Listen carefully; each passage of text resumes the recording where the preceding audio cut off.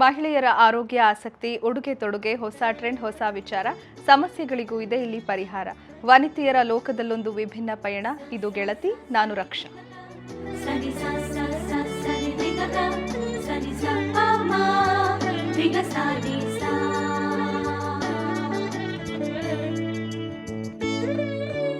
ವೀಕ್ಷಕರೇ, ಇವತ್ತಿನ ಕಾರ್ಯಕ್ರಮದಲ್ಲಿ ತುಪ್ಪದ ಮಹತ್ವದ ಬಗ್ಗೆ ನಾವು ಮಾತನಾಡ್ತಾ ಇದ್ದೀವಿ. ಸಾಮಾನ್ಯವಾಗಿ ತುಪ್ಪ ತಿಂದರೆ ದಪ್ಪ ಆಗ್ತಾರೆ ಅಂತ ಎಲ್ಲರೂ ಅನ್ಕೊಂಡಿರ್ತಾರೆ. ಆದರೆ ನಿಮ್ಮ ಬ್ಯಾಡ್ ಕೊಲೆಸ್ಟ್ರಾಲ್ ಅನ್ನ ತುಪ್ಪ ಕಡಿಮೆ ಮಾಡುತ್ತೆ ಅನ್ನೋ ವಿಚಾರ ನಿಮಗೆ ಗೊತ್ತಾ?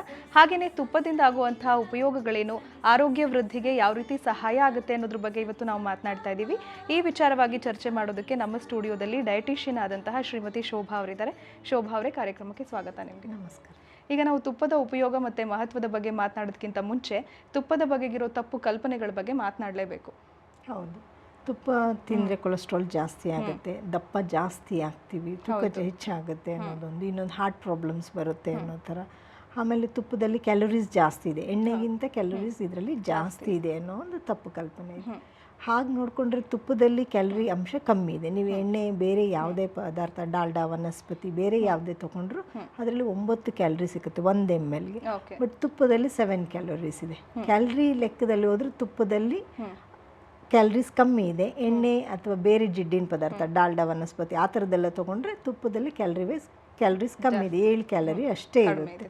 ಸೊ ಅದರಲ್ಲಿ 45 ಕ್ಯಾಲರೀಸ್ ಬಂದರೆ ಇದಕ್ಕೆ ನಿಮಗೆ 35 ಕ್ಯಾಲರೀಸ್ ಅಷ್ಟೇ ಬರುತ್ತೆ. ಸೊ ಆ ಒಂದು ತಪ್ಪು ಕಲ್ಪನೆಯಿಂದ ನಾವು ಹೊರಗೆ ಬರಬೇಕು. ಎರಡನೇದು ಕೊಲೆಸ್ಟ್ರಾಲ್ ಅಂಶ. ಕೊಲೆಸ್ಟ್ರಾಲ್ ಜಾಸ್ತಿ ಇದೆ ಅಂತ ಹೇಳ್ತಾರೆ. ಆ್ಯಕ್ಚುಲಾಗಿ ಕೊಲೆಸ್ಟ್ರಾಲು ಹಾಲಿನಿಂದ ಮಾಡಿರೋ ಯಾವ ಪದಾರ್ಥದಲ್ಲಿ ಅಷ್ಟೊಂದು ಹೆಚ್ಚಾಗಿರಲ್ಲ. 100 ml ಹಾಲಿಗೆ ಬರೀ 3 ಗ್ರಾಮಿನಷ್ಟು ಫ್ಯಾಟ್ ಇರುತ್ತೆ. ಬಟ್ ಅದು ಈ ಬಫೆಲೋ ಮಿಲ್ಕ್ ಅಂತಂದರೆ ಹಸುವಿನಿಂದ ಬರೋ ಹಾಲಲ್ಲಿ 3 ಗ್ರಾಮ್ ಇರುತ್ತೆ. ಬಟ್ ಸ್ವಲ್ಪ ಎಮ್ಮೆ, ಮೇಕೆ ಇದರಲ್ಲೆಲ್ಲ ಇನ್ನೂ ಸ್ವಲ್ಪ ಜಾಸ್ತಿ ಇರುತ್ತೆ, ಅಷ್ಟು 4 ಗ್ರಾಮ್ ಅಷ್ಟು. ಬಟ್ 100 ml 4 ಗ್ರಾಮ್ ಅಂದರೆ ಒಂದು ದಿವಸ ನಾವು ಎಷ್ಟು ಪ್ರಮಾಣ ಯೂಸ್ ಮಾಡ್ತೀವಿ ಅನ್ನೋದ್ರ ಮೇಲೆ ಹೋಗುತ್ತೆ. ಸಾಮಾನ್ಯವಾಗಿ ಎಲ್ಲರೂ ಹಸುವಿನ ಹಾಲೇ ಯೂಸ್ ಮಾಡ್ತಾರೆ. ಹಸುವಿನ ಹಾಲೇ ಯೂಸ್ ಮಾಡೋದ್ರಿಂದ 3 ml ಅಷ್ಟು ಕೊಬ್ಬಿನಾಂಶ ಇರೋದ್ರಿಂದ 100 ml ಹಾಲಿಗೆ ಅಷ್ಟಾಗಿ ನಿಮಗೆ ಕೊಲೆಸ್ಟ್ರಾಲ್ ಅಂಶ ಹೆಚ್ಚಾಗಿ ಬರುತ್ತೆ ಅನ್ನೋದಕ್ಕೆ ಅದು ತಪ್ಪು ಕಲ್ಪನೆ.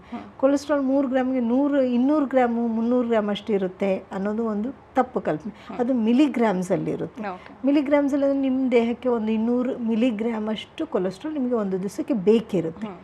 ಅದು ಸಾಮಾನ್ಯ ಏನಕ್ಕೆ ಅಂದರೆ ನಿಮ್ಮದು ಲಿವರ್ ಹೆಲ್ತ್ ಮೇಂಟೈನ್ ಮಾಡುತ್ತೆ. ಲಿವರಿಂದ ಬೈಲ್ ಸಿಂಥಸೈಸ್ ಮಾಡಿದ್ರೆ ಅದನ್ನು ಬೈಲ್ ಸ್ಯಾಚುರೇಷನ್ಗೆ ಇಂಪಾರ್ಟೆಂಟ್. ನಿಮ್ಮದು ಹಾರ್ಮೋನ್ಸ್ ಎಲ್ಲ ಏನಿರುತ್ತೆ, ಎಸ್ಪೆಷಲಿ ಸ್ಟೀರಾಯ್ಡ್ ಹಾರ್ಮೋನ್ಸ್ ಅಂತೇಳಿ, ರಿಪ್ರೊಡಕ್ಟಿವ್ ಹಾರ್ಮೋನ್ಸ್, ಇದೆಲ್ಲ ಸಿಂಥಸೈಸ್ ಮಾಡಲಿಕ್ಕೆ ನಿಮಗೆ ಕೊಲೆಸ್ಟ್ರಾಲ್ ಅಂಶ ಬೇಕೇ ಬೇಕು. ಕೊಲೆಸ್ಟ್ರಾಲ್ ಕಮ್ಮಿ ತಿನ್ನೋವಂಥವ್ರು, ಎಣ್ಣೆ ಕಮ್ಮಿ ತಿನ್ನೋವಂಥವ್ರಲ್ಲಿ ಈ ಸ್ಟೀರಾಯ್ಡ್ ಹಾರ್ಮೋನ್ಸ್ ಅಥವಾ ರಿಪ್ರೊಡಕ್ಟಿವ್ ಹಾರ್ಮೋನ್ಸ್ ಏನಿರುತ್ತೆ ಇದು ಸಿಂಥಸಿಸ್ ಕಮ್ಮಿ ಆಗಿಬಿಡುತ್ತೆ. ಕೊಲೆಸ್ಟ್ರಾಲ್ ರಾ ಮೆಟೀರಿಯಲ್ ಇದಕ್ಕೆಲ್ಲ. ಸೊ ಇದು ಕಮ್ಮಿ ಆದಾಗ ಏನಾಗುತ್ತೆ ಅಂದರೆ ನಿಮ್ಗೆ ಹಾರ್ಮೋನ್ ರಿಲೇಟೆಡ್ ಪ್ರಾಬ್ಲಮ್ಸ್ ಶುರುವಾಗುತ್ತೆ. ಸೊ ಹಾಗಾಗಿ ತುಪ್ಪ ತಿಂದ್ರೂ ನಿಮಗೆ ಕೊಲೆಸ್ಟ್ರಾಲ್ ಜಾಸ್ತಿ ಆಗುತ್ತೆ ಅನ್ನೋದು ಒಂದು ತಪ್ಪು ಕಲ್ಪನೆ. ಇನ್ನು ತುಪ್ಪ ಹೆಚ್ಚಾಗಿ ಅಂದರೆ ತಗೊಳ್ಳೋ ಪ್ರಮಾಣಕ್ಕಿಂತ ಹೆಚ್ಚಾಗಿ ಯಾವುದೇ ಸೇವಿಸಿದ್ರು ವಿಷ. ಅತಿ ಪ್ರೀತಿನೂ ವಿಷ ಅನ್ನೋಗೆ ಅತಿಯಾಗಿ ಯಾವುದೇ ಸೇವಿಸಿದ್ರು ವಿಷ ಆಗುತ್ತೆ ಅಂತ ಹೇಳ್ತಾರೆ. ಸೊ ಹಾಗಾಗಿ ನಿಮಗೆ ನೀವು ತುಪ್ಪ ಹೆಚ್ಚಾಗಿ ಪ್ರಮಾಣದಲ್ಲಿ ತಗೊಂಡ್ರೆ ತೂಕ ಹೆಚ್ಚಾಗ್ಬೋದೇ ಹೊರತು ಅದರಿಂದ ತೊಂದರೆಗಳಂತ ಏನಿಲ್ಲ. ಹಾಗೆಯೇ ಈಗ ನಮ್ಮ ಸಾಂಪ್ರದಾಯಿಕ ಅಡುಗೆಗಳನ್ನು ನಾವು ಗಮನಿಸಿದಾಗ, ಈಗ ಅಜ್ಜಿ ಮಾಡುವಂಥ ಅಡುಗೆಗಳಾಗಿರ್ಬೋದು, ಸ್ವೀಟ್ಸು, ಹಬ್ಬ ದಿನ ಮಾಡುವಂಥ ಡಿಶಸಲ್ಲಿ ತುಪ್ಪದ ಬಳಕೆ ಜಾಸ್ತಿ ಇರ್ತಿತ್ತು. ಅಂದರೆ ಬಹುತೇಕ ಎಲ್ಲ ಸಾಂಪ್ರದಾಯಿಕ ಅಡುಗೆಗಳಿಗೂ ತುಪ್ಪವನ್ನು ಬಳಸಿ ಮಾಡ್ತಾಯಿದ್ರು. ಸೊ ಅದರಿಂದ ಕೂಡ ಆರೋಗ್ಯ ವೃದ್ಧಿ ಆಗ್ತಿತ್ತು, ಅದಕ್ಕಾಗಿಯೇ ಅವರು ಆರೋಗ್ಯವಾಗಿದ್ರು ಅಂತ ಕೂಡ ಹೇಳ್ತಾರೆ. ನೀವೇನು ಹೇಳ್ತೀರಾ? ಹೌದು, ಅದು ಹಿಂದಿನ ಕಾಲದಲ್ಲಿ ಎಣ್ಣೆ ಸಿಗ್ತಾ ಇದ್ದಿದ್ದು ಕಮ್ಮಿ. ಹಿಂದೆ ಗಾಣಕ್ಕೆ ಕಾಳುಗಳನ್ನ ಹಾಕಿ ಎಣ್ಣೆ ತೆಗಿತಾ ಇದ್ರು. ಬಟ್ ಈಗ ಹಂಗಿಲ್ಲ. ನಾವೆಲ್ಲ ರೀಫೈನ್ ಮಾಡಿ, ಪ್ರೊಸೆಸ್ ಮಾಡಿ, ಡಿಯೋಡ್ರೈಸ್ ಮಾಡಿ, ಡಿಕಲರ್ ಮಾಡಿ, ಅಥವಾ fortified with nutrients, fat soluble vitamins ಆಗಿರ್ಬೋದು, ವೈಟಮಿನ್ ಎ, ಡಿ ಯಾವುದು ಬೇಕಾದರೂ ಹಾಕಿ ನಾವು ಅದನ್ನು ಪ್ರೊಸೆಸ್ ಮಾಡಿ ತೊಗೊಂಡು ಬರ್ತೀವಿ. ಬಟ್ ತುಪ್ಪ ಆಗಲ್ವಲ್ಲ, ನೀವು ಮನೇಲೇ ಮಾಡ್ಕೋಬೋದು. ಫ್ರೆಶ್ ಇರುತ್ತೆ, ಕಂಟಾಮಿನೇಷನ್ ಇರಲ್ಲ, ಅಡಲ್ಟ್ರೇಷನ್ ಇರಲ್ಲ, ಪ್ಲಸ್ ಕ್ಯಾಲರೀಸು ಕಮ್ಮಿ ಇರುತ್ತೆ. ಸೊ ಮನೆಯಲ್ಲೇ ನೀವು ಕ್ಯಾಲರಿ ವೈಸ್ ಲೆಕ್ಕ ಹಾಕಿದಾಗ ನೀವು ತುಪ್ಪ ಸ್ವೀಟಲ್ಲಿ ಮಾಡಿದ್ರು, ಬೇರೆ ನೀವು ಎಣ್ಣೆ ಅಥವಾ ಬೇರೆ ಡಾಲ್ಡಾ ಅದೆಲ್ಲ ಯೂಸ್ ಮಾಡೋದಕ್ಕಿಂತ ತುಪ್ಪ ಯೂಸ್ ಮಾಡಿರೋದ್ರಲ್ಲಿ ಇನ್ನೂ ಸೇಫಾಗಿರುತ್ತೆ, ಇನ್ನು ಕ್ಯಾಲರಿ ಲೋಡ್ ಕಮ್ಮಿ ಇರುತ್ತೆ, ಒಂದು ಟೇಸ್ಟ್ ಕೂಡ ಚೆನ್ನಾಗಿರುತ್ತೆ. ಮೇ ಬಿ ಅದೇ ಕಾರಣಕ್ಕೆ ಈಗ ಬಹುತೇಕರು ತುಪ್ಪನ ರಿಪ್ಲೇಸ್ ಮಾಡ್ತಿದ್ದಾರೆ, ಎಣ್ಣೆ ಬದಲು ತುಪ್ಪದಲ್ಲ ಒಗ್ಗರಣೆ ಮಾಡುವಂಥದ್ದು. ಸೊ ಅದೆಲ್ಲ ಯೂಶಲಿ ನಾವು ದಪ್ಪ ಆಗ್ತೀವಿ ಅಂತ ಅನ್ಕೋತೀವಿ, ಬಟ್ ಆ್ಯಕ್ಚುಲಿ ಎಣ್ಣೆಗಿಂತ ಅದೇ ಒಳ್ಳೇದು ಅಂತ ಒಂದು. ಇನ್ನೊಂದು ಏನಂದರೆ ತುಪ್ಪದಲ್ಲಿ ಸ್ಯಾಚುರೇಟೆಡ್ ಫ್ಯಾಟಿ ಆ್ಯಸಿಡ್ ಲೋಡ್ ತುಂಬ ಜಾಸ್ತಿ, 65% ಇರುತ್ತೆ. ನೀವು 100 ml ತೊಗೊಂಡ್ರೆ 100 ml ತುಪ್ಪಕ್ಕೆ 65% ಸ್ಯಾಚುರೇಟೆಡ್ ಫ್ಯಾಟ್ಸ್ ಇರುತ್ತೆ. ಅದೇ ಥರ ಮೊನೋನ್ಸ್ಯಾಚುರೇಟೆಡ್ ಇರುತ್ತೆ, ಪಾಲಿಅನ್ಸ್ಯಾಚುರೇಟೆಡ್ ಇರುತ್ತೆ. ಪಾಲಿಅನ್ಸ್ಯಾಚುರೇಟೆಡ್ 6% ಅಷ್ಟೇ ಇರುತ್ತೆ, ಇನ್ನು ಮಿಕ್ಕಿದೆಲ್ಲ ಮೊನೋನ್ಸ್ಯಾಚುರೇಟೆಡ್. ಇದು ಚಿಕ್ಕ ಮಕ್ಕಳಲ್ಲಿ ಈಸಿಲಿ ಡೈಜೆಸ್ಟಬಲ್ ಇರುತ್ತೆ. ಬಟ್ ಇದರಿಂದ ಹಾರ್ಟ್ ಪ್ರಾಬ್ಲಮ್ಸ್ ಆಗುತ್ತೆ ಅನ್ನೋದು ಅಷ್ಟಾಗಿ ಏನು ರಿಸರ್ಚ್ ವರ್ಕಲ್ಲಿ ಅಷ್ಟಾಗಿ ಪ್ರೂವ್ ಆಗಿಲ್ಲ. ನೀವು ತುಪ್ಪ ತಿಂದ ತಕ್ಷಣ ಹಾರ್ಟ್ ಪ್ರಾಬ್ಲಮ್ಸ್ ಬಂದ್ಬಿಡುತ್ತೆ. ಬಟ್ ತುಪ್ಪನ ಹೈಡ್ರೋಜಿನೇಷನ್ ಮಾಡಿದರೆ, ನೀವು ಇವಾಗ ಕಂಪ್ನೀಸಲ್ಲೆಲ್ಲ ನಿಮಗೆ ಮ್ಯಾನುಫ್ಯಾಕ್ಚರ್ ಮಾಡಿ ಅದನ್ನು ಹೈಡ್ರೋಜಿನೇಟ್ ಮಾಡಿ ಸೇಲ್ ಮಾಡ್ತಾರಲ್ಲ, ಅಂಥದ್ರಿಂದ ನಿಮಗೆ ಟ್ರಾನ್ಸ್ಫ್ಯಾಟ್ ಬರೋವಂಥ ಚಾನ್ಸಸ್ ಇರುತ್ತೆ. ಅದರಿಂದ ನಿಮಗೆ ತೊಂದರೆಗಳು ಬರುತ್ತೆ. ಬಟ್ ಮನೆಯಲ್ಲೇ ಮಾಡಿರೋ ಅಂಥದ್ದು, ಅಲ್ಲೇ ಹಸುವಿನ ಬೆಣ್ಣೆ ತೊಗೊಂಡು ಮಾಡಿರೋ ಅಂಥ ತುಪ್ಪದಲ್ಲಿ ಆಗಲಿ ನಿಮ್ಗೆ ಯಾವ ಥರ ತೊಂದರೆಗಳು ಬರೋಕ್ಕೆ ಚಾನ್ಸಸ್ ಇಲ್ಲ. ಸೊ ಹಾಗಾಗಿ ನೀವು ಮನೆಯಲ್ಲೇ ತುಪ್ಪ ಮಾಡಿ ಅದರಿಂದ ಸ್ವೀಟ್ಸ್ ಯೂಸ್ ಮಾಡಿ, ಅದನ್ನೇ ಒಗ್ಗರಣೆಗೆ ಯೂಸ್ ಮಾಡಿ, ಸೊ ನೋ ಪ್ರಾಬ್ಲಮ್ಸ್. ಸೊ ಹಾಗೇನೇ ಈಗ ಬ್ಯಾಡ್ ಕೊಲೆಸ್ಟ್ರಾಲನ್ನು ಕಡಿಮೆ ಮಾಡುತ್ತೆ ತುಪ್ಪ ಅಂತ ಹೇಳ್ತಾರೆ. ದಿನಕ್ಕೆ 1-2 ಚಮಚ ತುಪ್ಪ ತಿನ್ನೋದ್ರಿಂದ ತುಂಬ ಒಳ್ಳೇದಾಗುತ್ತೆ ಅಂತ ಹೇಳ್ತಾರೆ. ಸೊ ಯಾವ ರೀತಿ ಬ್ಯಾಡ್ ಕೊಲೆಸ್ಟ್ರಾಲ್ನ ಹೋಗ್ಲಾಡ್ಸುತ್ತೆ ತುಪ್ಪ? ನಾನು ಆವಾಗಲೇ ಹೇಳಿದೆ ಸ್ಯಾಚುರೇಟೆಡ್ ಫ್ಯಾಟಿ ಆ್ಯಸಿಡ್ ಕಾಂಪೋನೆಂಟ್ಸ್ ಅಂದರೆ ಈ ಫ್ಯಾಟಿ ಆ್ಯಸಿಡ್ಸ್ ಅಂತ ಏನು ಹೇಳ್ತೀವಿ ಅದ್ರದ್ದು ಡಿಫ್ರೆಂಟ್ ಕಾಂಪೋನೆಂಟ್ಸ್ ಇರುತ್ತೆ. ಕೆಲವುದರಲ್ಲಿ ಈಗ ಆಲಿಕ್ ಆ್ಯಸಿಡ್ ಇರುತ್ತೆ, ಸ್ಟೀರಿಕ್ ಆ್ಯಸಿಡ್ ಅಂತ ಎಲ್ಲ ಹೇಳ್ತೀವಿ. ಸುಮಾರು ಫ್ಯಾಟಿ ಆ್ಯಸಿಡ್ ಕಾಂಪೋಸಿಷನ್. ಇದರಲ್ಲಿ ಒಳ್ಳೆ ಫ್ಯಾಟಿ ಆ್ಯಸಿಡ್ ಕಾಂಪೋನೆಂಟ್ಸ್ ಸ್ವಲ್ಪ ಜಾಸ್ತಿ ಇರುತ್ತೆ. ಅದು ಸ್ಯಾಚುರೇಟೆಡ್ ಆಗಿದ್ರೂ ಅದು ಒಳ್ಳೆ ಕಾಂಪೋನೆಂಟ್ಸ್ ಇರುತ್ತೆ. ಸೊ ಅದರಿಂದ ನಿಮಗೆ ಹಾರ್ಟ್ ಪ್ರಾಬ್ಲಮ್ಸ್ ಬರೋವಂಥ ಚಾನ್ಸಸ್ ಏನಿರಲ್ಲ ನಿಮಗೆ.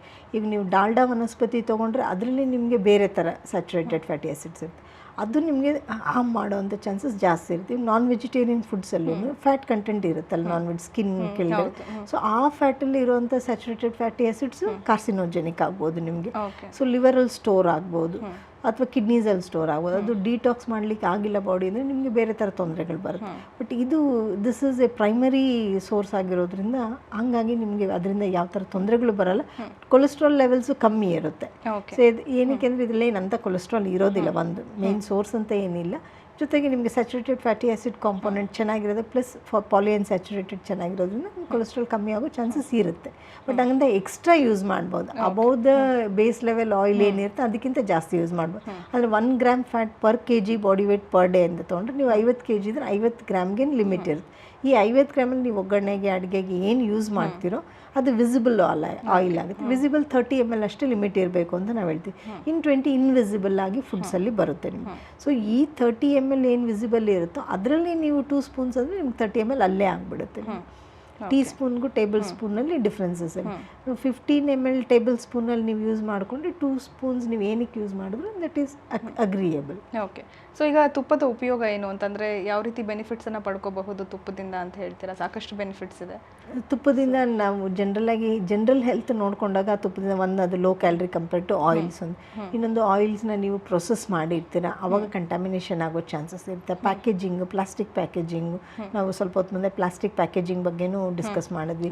ಸೊ ಈ ಪ್ಯಾಕೇಜಿಂಗಲ್ಲಿ ಬರ್ತಕ್ಕಂಥ ಅಡಲ್ಟ್ರೇಷನ್ನು ಪ್ರಿವೆಂಟ್ ಮಾಡ್ಬೋದು, ಕಂಟಾಮಿನೇಷನ್ ಪ್ರಿವೆಂಟ್ ಮಾಡ್ಕೋಬೋದು. ಪ್ಲಸ್ ಟ್ರಾನ್ಸ್ಪೋರ್ಟೇಷನು, ಲೈಫ್ ಸ್ಪ್ಯಾನ್, ಆಯಿಲ್ದು ಶೆಲ್ಫ್ ಲೈಫ್ ಇನ್ಕ್ರೀಸ್ ಮಾಡಲಿಕ್ಕೆ ಆ್ಯಡ್ ಮಾಡೋಂಥ ಪ್ರಿಸರ್ವೇಟಿವ್ಸ್ ಎಲ್ಲ ಪ್ರಾಬ್ಲಮ್ಸ್ ಇರುತ್ತೆ. ಬಟ್ ತುಪ್ಪ ಏನು ಬೆನಿಫಿಟ್ ಅಂತಂದ್ರೆ ನೀವು ಫ್ರೆಶ್ ಆಗಿ ಮಾಡಿಕೊಂಡು ಫ್ರೆಶ್ ಆಗಿ ಯೂಸ್ ಮಾಡ್ಬೋದು. ಒಂದು ನೀವು ಸ್ವಲ್ಪ ದಿವಸ ಸ್ಟೋರ್ ಮಾಡಿದ್ರು ಅದರಿಂದ ಏನು ನಿಮಗೆ ಅಡಲ್ಟ್ರೇಷನ್ ಪ್ರಾಬ್ಲಮ್ಸ್ ಆಗಲಿ ಅಥವಾ ಸ್ಟೋರ್ಡ್ ಶೆಲ್ಫ್ ಲೈಫ್ ಪ್ರಾಬ್ಲಮ್ಸ್ ಆಗಲಿ ಏನೂ ಬರೋದಿಲ್ಲ. ಅದು ಒಂದು ಬೇಸಿಕ್ ಹೆಲ್ತ್ ಇಂಪಾರ್ಟೆನ್ಸ್. ಆದರೆ ಇನ್ನೊಂದು ಅದರಲ್ಲಿ ಕೊಲೆಸ್ಟ್ರಾಲ್ ಲೆವೆಲ್ ಅಂತ ಏನು ಜಾಸ್ತಿ ಆಗಿಲ್ಲ, ಜೊತೆಗೆ ಕ್ಯಾಲರಿ ಲೆವೆಲ್ಸು ಕಮ್ಮಿ ಇದೆ. ಸೊ ಹಾಗಾಗಿ ಹಾರ್ಟ್ ಬೆನಿಫಿಟಿಂಗ್ ಆಗಿರುತ್ತೆ, ಲಿವರ್ ಬೆನಿಫಿಟ್ಸ್ ಆಗುತ್ತೆ. ಸೊ ಬಾಡಿಲಿ ಜಾಸ್ತಿ ಸ್ಟೋರು ಆಗಲ್ಲ. It can be used as energy, body ಎನರ್ಜಿಯಾಗಿ ಯೂಸ್ ಮಾಡುತ್ತೆ. ಚಿಕ್ಕ ಮಕ್ಕಳಲ್ಲಿ ಬೇಗ ಡೈಜೆಸ್ಟ್ ಆಗುತ್ತೆ. ಸೊ ದೊಡ್ಡವರಲ್ಲಿ ಇದು ಬೇಗ ಡೈಜೆಸ್ಟ್ ಆಗುವಂಥ ಚಾನ್ಸಸ್ ಇರೋದ್ರಿಂದ ಸೊ ಹಾಗಾಗಿ ಬೆನಿಫಿಟ್ಸ್ ಜಾಸ್ತಿ ಇದೆ ಇದ್ರದ್ದು. ಓಕೆ. ಹಾಗೆಯೇ ಇನ್ನು ಚಿಕ್ಕ ಮಕ್ಕಳಿಗೆ ತುಪ್ಪ ಕೊಡೋದ್ರಿಂದ ಬುದ್ಧಿ ಚುರುಕಾಗುತ್ತೆ ಅಂತ ಹೇಳ್ತಾರೆ. ಸೊ ಯಾವ ರೀತಿ? ಸೊ ಅದನ್ನು ಅಷ್ಟೇ, ಇದು ಪಾಲಿಅನ್ಸ್ಯಾಚುರೇಟೆಡ್, ಮೊನೋಅನ್ಸ್ಯಾಚುರೇಟೆಡ್ ಫ್ಯಾಟಿ ಆಸಿಡ್ಸ್ ಅಂತ ಏನು ಹೇಳ್ತೀವಿ, ಇದು ಕಾಗ್ನಿಟಿವ್ ಎಫೆಕ್ಟ್ಸ್ ಜಾಸ್ತಿ ಮಾಡುತ್ತೆ. ಬ್ರೈನ್ಗೆ ಫ್ಯಾಟ್ ಸ್ಟೋರಿಂಗ್ ಎಫಿಕಸಿ ಇರುತ್ತೆ. ಗ್ರೇ ಮ್ಯಾಟ್ರ್, ವೈಟ್ ಮ್ಯಾಟ್ರ್ ಅಂತ ಹೇಳ್ತೀವಿ. Certain amount of fat store ಇರುತ್ತೆ. ಅಂದರೆ ಅದು ಈ ಸೋರ್ಸಿಂದ ಸ್ಟೋರ್ ಮಾಡ್ಕೊಳ್ಳೋ ಚಾನ್ಸ್ ಇರುತ್ತೆ. ಅಂದರೆ ಫ್ಯಾಟಿ ಆಸಿಡ್ ಕಾಂಪೋನೆಂಟ್ಸ್ ಏನಿರುತ್ತೋ ಇದು ಬ್ರೈನ್ ಫ್ರೆಂಡ್ಲಿ ಆಗಿರುತ್ತೆ. ಸೊ ಹೆಲ್ತ್ ಫ್ರೆಂಡ್ಲಿ ಆಗಿರೋದ್ರಿಂದ ಇದು ಸ್ಟೋರ್ ಆಗಿ ಹೆಲ್ಪ್ ಆಗುತ್ತೆ ಒಂದು. ಸೊ ಆಮೇಲೆ ಇನ್ನೊಂದು ಏನು ಅಂತಂದರೆ ನಾವು ಈಗ ಗೀನ ಕನ್ಸಿಡರ್ ಮಾಡಿಕೊಂಡ್ರೆ ಅದಕ್ಕೆ ನಾವು ಸಾಲ್ಟ್ ಎಲ್ಲ ಯೂಸ್ ಮಾಡಲ್ಲ. ಹೊರಗಡೆ ನೀವು ಗೀ ತೊಗೊಂಡ್ರೆ ಅದಕ್ಕೆ ಉಪ್ಪು ಬೆರೆಸಿರ್ತಾರೆ ಮೈಲ್ಡಾಗಿ. ಮನೆಯಲ್ಲಿ ನೀವು ಅದು ಮಾಡಬಾರ್ದು. ಸೊ ಹಾಗಾಗಿ it will be kids friendly also. ಮನೆಯಲ್ಲಿ ಏಜ್ಡ್ ಇರೋರ್ಗು ಡೈಜೆಷನ್ ಪ್ರಾಬ್ಲಮ್ಸ್ ಇರುತ್ತೆ, ಫ್ಯಾಟ್ ಡೈಜೆಷನ್ ಆಗಲ್ಲ. ಚಿಕ್ಕ ಮಕ್ಕಳಲ್ಲೂ ಫ್ಯಾಟ್ ಡೈಜೆಷನ್ ಚೆನ್ನಾಗಿರಲ್ಲ. ಚಿಕ್ಕ ಮಕ್ಕಳಲ್ಲಿ ಅವ್ರದ್ದು ಆರ್ಗನ್ಸ್ ಬೆಳೆದಿರಲ್ಲ, ಹಾಗಾಗಿ ಫ್ಯಾಟ್ ಡೈಜೆಷನ್ ಕಮ್ಮಿ ಇರುತ್ತೆ. ಎನ್ಸೈಮ್ಸ್ ಇರಲ್ಲ, ಹಾಗಾಗಿ ಫ್ಯಾಟ್ ಡೈಜೆಷನ್. ದೊಡ್ಡವರಲ್ಲಿ ವಯಸ್ಕರಾದವ್ರಿಗೆ ಬಾಡಿ ಎಲ್ಲ ಶ್ರಿಂಕ್ ಆಗಿ ಅವ್ರದ್ದು ಏಜಿಂಗು ಬಯೋಮಾರ್ಕರ್ಸ್ ಇರೋದ್ರಿಂದ ಡೈಜೆಷನ್ ಕಮ್ಮಿ. ಸೊ ಅಂಥವರೆಲ್ಲ ಈ ತುಪ್ಪ ಯೂಸ್ ಮಾಡೋದು ಒಂದು ಅಡ್ವಾಂಟೇಜ್ ಆಗುತ್ತೆ, ಈಸಿ ಡೈಜೆಷನ್ ಇರೋದ್ರಿಂದ. ಬಟ್ ಹಾರ್ಟ್ ಪ್ರಾಬ್ಲಮ್ಸ್ ಅಂತ ಹಾಗೆ ತುಪ್ಪ ಯೂಸ್ ಮಾಡಿದ ತಕ್ಷಣ ಹಾರ್ಟ್ ಪ್ರಾಬ್ಲಮ್ಸ್ ಬರುತ್ತೆ ಅಂತ ಎಲ್ಲೂ ಇಲ್ಲ. ಇನ್ನೊಂದು ಸಂಚಿಕೆಯಲ್ಲಿ ನಾನು ಹೇಳಿದ್ದೆ ಆ ಥರ ತುಪ್ಪದಿಂದ ಅಥವಾ ಬೆಣ್ಣೆಯಿಂದ ತೊಂದರೆ ಬರುತ್ತೆ ಅಂದರೆ ಶ್ರೀಕೃಷ್ಣನ ಕುಲದವ್ರಿಗೆಲ್ಲ ಕಾರ್ಡಿಯಾಲಜಿ ಪ್ರಾಬ್ಲಮ್ಸ್ ಜಾಸ್ತಿ ಇರಬೇಕಿತ್ತು. ಹಾಗಾಗಿ ಏನೂ ಬರೋದಿಲ್ಲ. ತುಪ್ಪದ ಉಪಯೋಗದ ಬಗ್ಗೆ ಮತ್ತಷ್ಟು ಮಾತನಾಡೋಣ ವೀಕ್ಷಕರೇ. ಆದರೆ ಅದಕ್ಕೂ ಮೊದಲು ಗೆಳತಿ ಕಾರ್ಯಕ್ರಮದಲ್ಲಿ ಈಗ ಸ್ಮಾಲ್ ಬ್ರೇಕ್.